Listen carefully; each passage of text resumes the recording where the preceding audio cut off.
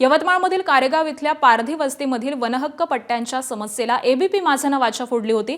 नागरिकांच्या अडचणीचं वृत्त दाखवताच पालकमंत्री संजय राठोड यांनी तातडीने दखल घेतली आहे। या संदर्भामध्ये महसूल मंत्री चंद्रशेखर बावनकुळे यांच्यासोबत चर्चा देखील झाली आहे। या प्रकरणामध्ये कुठे अनियमितता झाली याची चौकशी करण्याचे निर्देश हे त्यांनी जिल्हाधिकाऱ्यांना दिलेले आहेत। आज या संदर्भामध्ये जिल्हा प्रशासनाची बैठक बोलावली आहे। या प्रस्तावाची सत्यता पडताळल्यानंतर जो दोषी असेल त्याच्यावरती कारवाई करण्यात येणार आहे। त्याबरोबरच या पारधी बेड्यावरती 24 तासामध्ये पाणी सुविधा उपलब्ध करण्याचे निर्देश देखील त्यांनी जिल्हा प्रशासनाला दिले।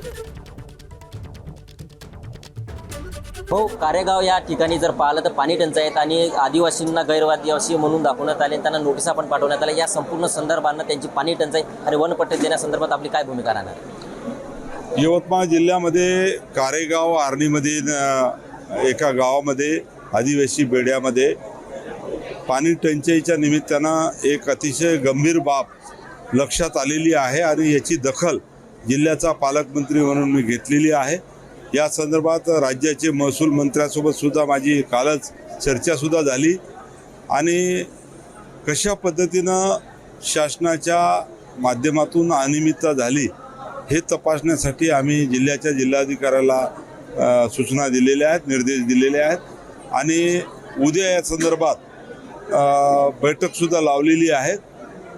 खरं तर बऱ्याच गोष्टी आहेत, त्या गोष्टी खरं तर सत्यता पाहिल्यानंतर त्यावर उचित कारवाईसुद्धा करणार आहेत। दोषी असेल त्याच्यावर सुद्धा कारवाई प्रपोज करणार आहे।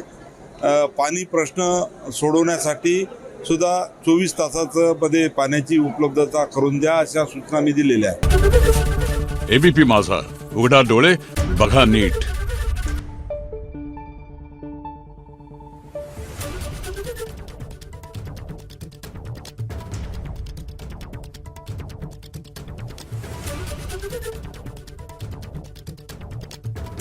Thank you.